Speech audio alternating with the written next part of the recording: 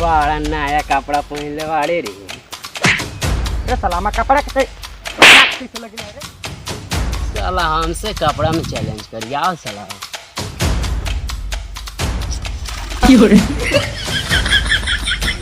कौन साला अपना पापा घरों भागवा गई बारे?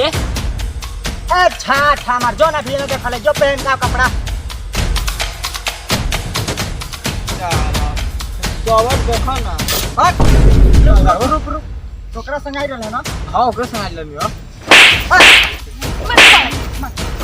देखा तेरे साला खाली आएगा बतियाओ तो मार के फाड़ देला हमको मरबो पहले कपड़ा फरलस साला खाए के मांगते त नहीं कहते। आओ तुम चलावे बताए